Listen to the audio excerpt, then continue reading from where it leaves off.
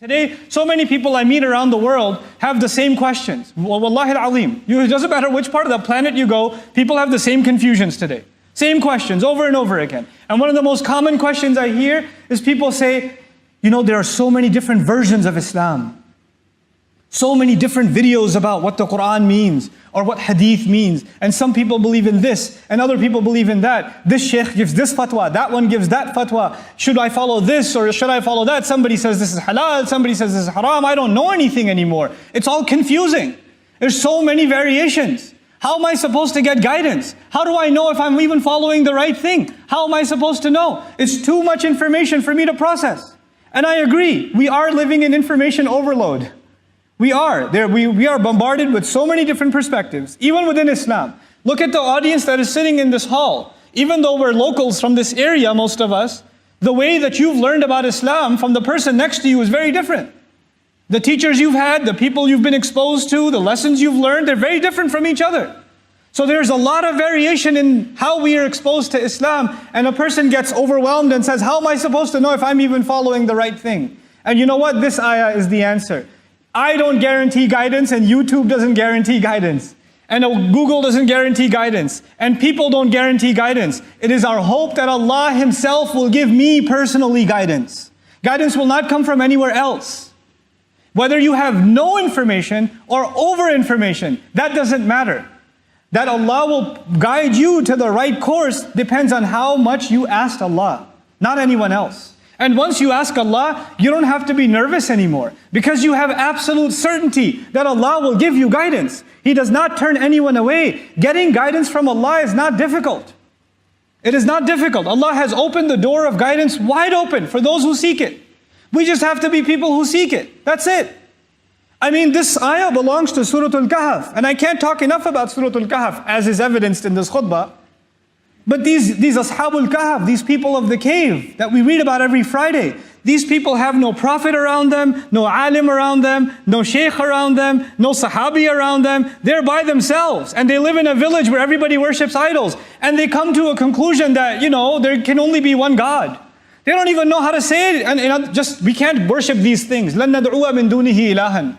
We can't worship other gods. And that was enough for Allah to guide them. With no knowledge. With no revelation, nothing. That was enough for Allah to guide them, and guide them so much that today, people who study the deen for years and years and years, study tafasir of these young men who knew nothing compared to the ulama that learned from them. Because they got Allah's guidance.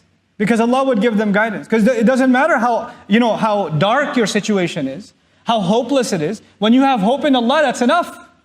That's just enough. عَسَىٰ أَن يَهْدِيَنِي رَبِّي لِأَقْرَبَ مِنْ هَذَا رَشَدًا. Now the last, and what I consider the most beautiful part of this expression. Perhaps Allah will guide me. Guide me to what? Guide me to what? He says, لِأَقْرَبَ مِنْ هَذَا رَشَدًا. You know, the language of this is so profound, and in a khutbah, I can't give you grammar lessons because you'll have a headache. So I want to try to make this as simple as I can. In the Arabic language, sometimes you say over there, and sometimes you say all the way over there. When you say all the way over there, you're saying that I'm guiding you to your destination. If you just say over there, maybe you get over there, then you have to go somewhere else and somewhere else and somewhere else. But if I say all the way over there, then I've told you that that's where you have to go. You don't have to go any further than that. When the lam is used, عَسَىٰ أَن يَهْدِيَنِي رَبِّي لِي أَقْرَبَ. Al-lam. This lam, what it suggests, this is al-muntaha. There's no higher thing to ask for in this dunya. If you get this, there's nothing better to ask for. If the word ilah was used, then you get there, then you go for something else and go for something else. You see? So what I'm asking Allah in this ayah, and what you're asking Allah in this ayah, is for something that if you have it, there's nothing better.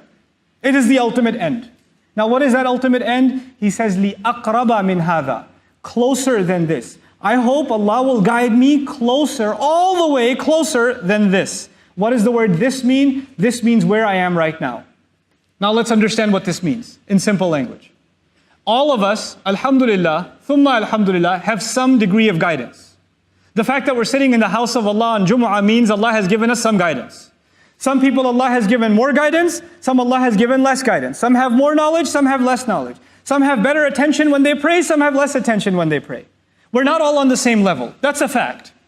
But you know what this dua is telling you? My ultimate goal is to get closer to Allah than I am today. I am not here to compare myself to someone else. I am just here to compare myself from where I am right now. If I can just work on getting better than what I am right now, that is the ultimate success before Allah. There is no higher success. You will never become perfect, I will never become perfect.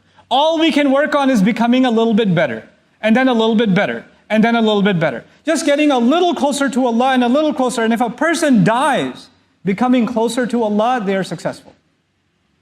And a lot of people, you know what they do? They compare themselves to others. Well, this one's already memorized the entire Quran.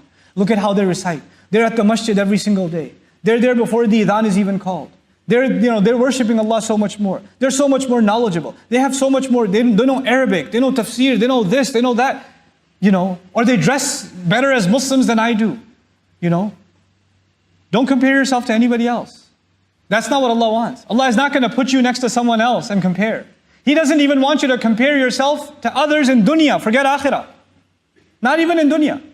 لا تتمنوا ما فضل الله به بعضكم على بعض. Don't wish for what other people have. What Allah has given some preference over others. Don't do that to yourself. So what are we learning then? We're learning that if, for example, you're starting to recite Quran today, you're 35 years old, you haven't even opened the book for 30 years, and you decide to start reading Quran today, you can't even get through Bismillah, you don't even know what a ba looks like anymore. Now you have to learn like children. There are people who are your age who can read like adults, but you have to read like a child. But that's okay. That's okay. When you learn even that alif or that ba, and you make a little bit struggle closer to Allah, and you died that way, maybe you're better than even a alim. Maybe you're better than a hafiz of Quran, who memorized the whole book but has no appreciation, didn't want to make themselves a better person. Because who wants to make themselves a better person is in the heart, and Allah knows that. So don't underestimate where you are with Allah. People can underestimate you, Allah does not underestimate you. People make it sound like guidance from Allah is hard, it's expensive, it doesn't come easy. And Allah is opening the doors of it wide open. He's just asking for you and me to embrace it and say, Ya Allah, guide me. Bring me a little closer to yourself. لِأَقْرَبَ مِنْ هَذَا رَشَدًا. In terms of uprightness, in terms of guidance. The last word of this ayah, رَشَدًا, actually acknowledges that the fact that you're making this dua means that you're already on some guidance. That you shouldn't say that I'm misguided. It already acknowledged that the fact that Allah gave you the ability to make this dua itself is a gift of guidance from Him. And Allah will give you more, and He will give you more, and He will give you more. This is the optimism of the Muslim. When guidance comes in this world, then tama'nina comes. Itmi'nan comes. A heart becomes tranquil. Ala bi dhikrillahi tatma'innal qulub. And this is what I want to conclude with. When a heart becomes tranquil, when a heart becomes at peace, then the people around that person, they're also, the peace is infectious. That iman is infectious. Peace spreads in the family. Peace spreads among friends. Peace spreads in a community when guidance comes. If the problem of the world is conflict, hatred, if the problem of the world is war, then the solution to that is not other policies or more weapons. That's not the solution. It's not economic sanctions. What humanity needs is guidance. Because without guidance, you can't have peace. You just can't. فَأَيُّ الْفَرِيقَيْنِ أَحَقُّ بِالْأَمْنِ إِن كُنتُمْ تَعْلَمُونَ الَّذِينَ آمَنُوا. Who deserves more peace? Those who believed, those who came to iman. This is what we're asking Allah Azza wa Jal. When you and I make dua for peace in the world, for peace in the Muslim lands, for peace for those who are oppressed, when we make those du'as, then we're actually directly asking Allah to increase us and the world around us in guidance. May Allah Azza wa Jal increase all of us in guidance and make us of those who are positive about their future, their own future, the future of their children, the future of this ummah, and the future of the world over. This entire world, we have to be concerned for it. Not just our own ummah, the entire world. We are the millah of Ibrahim alayhi salam. Ibrahim alayhi salam used to be concerned for all of humanity. That is the legacy that we've inherited.